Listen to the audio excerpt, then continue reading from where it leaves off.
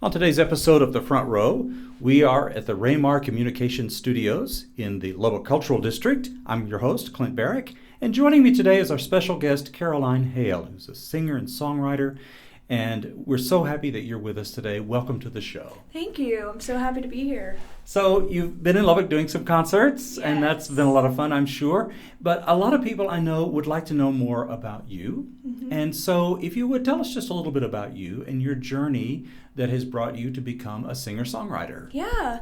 So I was born and raised in San Antonio, and I started playing guitar at age 8, and that naturally kind of blossomed into trying to write songs at the age of 14, and I've been writing ever since. I gained a really amazing mentor, Martin Strayer, and he is very involved in the industry and is a great songwriter, great guitar player, audio engineer, and he really took me under his wing and taught me how to write songs. Okay, so that's kind of a big umbrella. Let's unpack a little bit. Okay, yeah.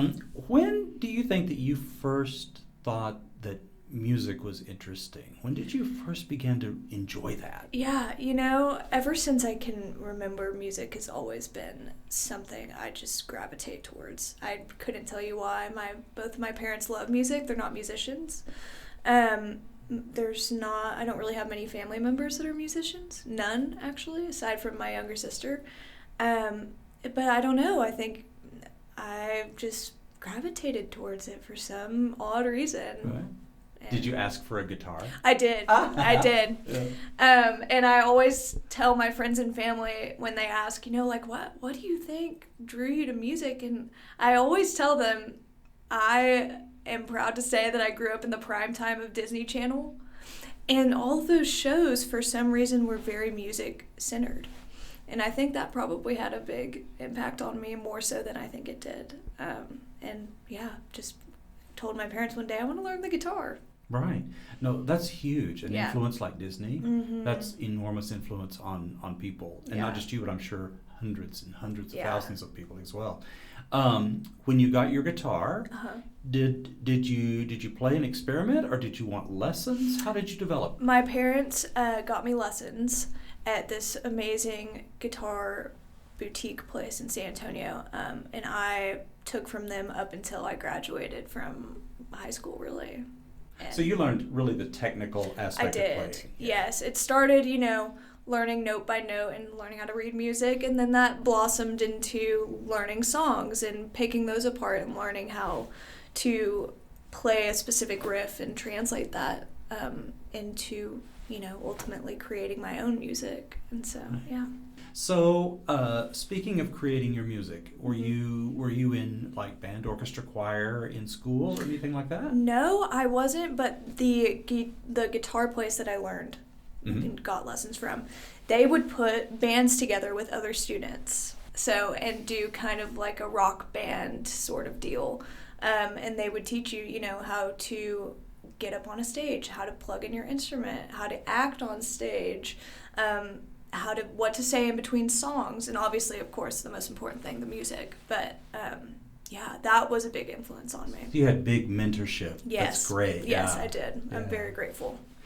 When did you feel like you had within you like creativity to like write music and express yourself? I think when I was around 14, I really pushed myself and tried writing for the first time. And that changed everything. As soon as I realized, first of all, I love doing this. Second of all, it's not too bad, for just starting out. Let's keep doing it and see where it takes me. All right. And what about lyrics? Yeah, lyrics, they really, at the early stages of my songwriting journey, I really was more of a storyteller in my own right, I would say. Not necessarily based on accurate personal experiences, but kind of what I'd imagine these relationship type things to be like. And then, as you get older and you experience love and loss and all of the emotions in between, then you can really start to pull on your own experiences and include those details in your songwriting. Right. So you had mentoring when it came to the sort of the technique and all of those sorts of things and what to do and when to do. Were there musical influences as well? Were there people that you admired? Yes. So back to my guitar lessons, they were very Beatles oriented.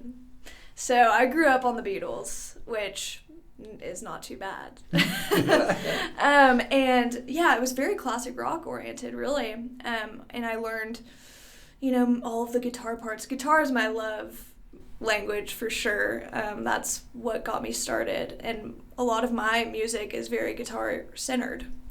For me, I have to find something that pops out at me on the guitar first, and then I can build a story around that. So yeah, very classic rock oriented. Beatles, Led Zeppelin, the Eagles, Rolling Stones, just far and wide in between. And then also, driving to school in the mornings, we had Hits 1 radio playing on, loop. So whatever was current, that was stuck in my head as well. So it was kind of an interesting mix. Right. So do you think that those kind of influences sort of unlocked your creativity to be yourself? Totally, 100%.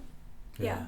What do you think is yourself? What is characteristic of your music and your thoughts? That's a great question. I think at least I hope when people listen to my music, they can hear the vulnerability and the honesty.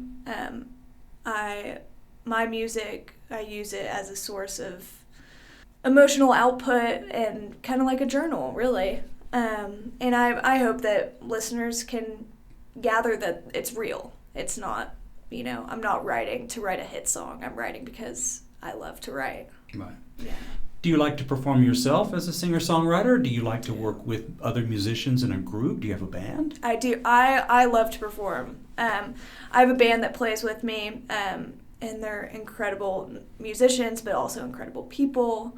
And they are older than me, and they have really kind of shown me the way into gigging in Austin. That's where I'm based currently. I'm so grateful to have them. I don't know what I would do without them.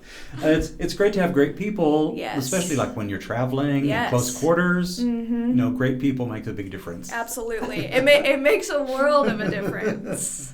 Great. Well, you're at a place in your life now where you're doing a lot of performing, a lot of gigging, a lot of playing. Is that where you want to be?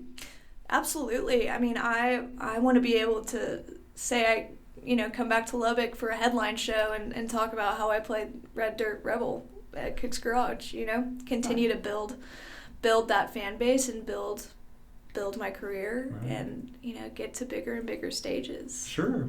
What do you have coming up in the next little bit? Yeah. Coming up, I have a headline show in San Antonio, November 24th at Sam's Burger Joint. That's going to be a very, very fun show. Hometown, obviously, so that always brings a great energy. And then, let me think, Seaboy's Heart and Soul in Austin, Texas, December 5th. And then Continental Club in Austin on December 21st for their annual Keep Austin Cheered event that they do around the holidays and raise a bunch of money for charities, and yeah.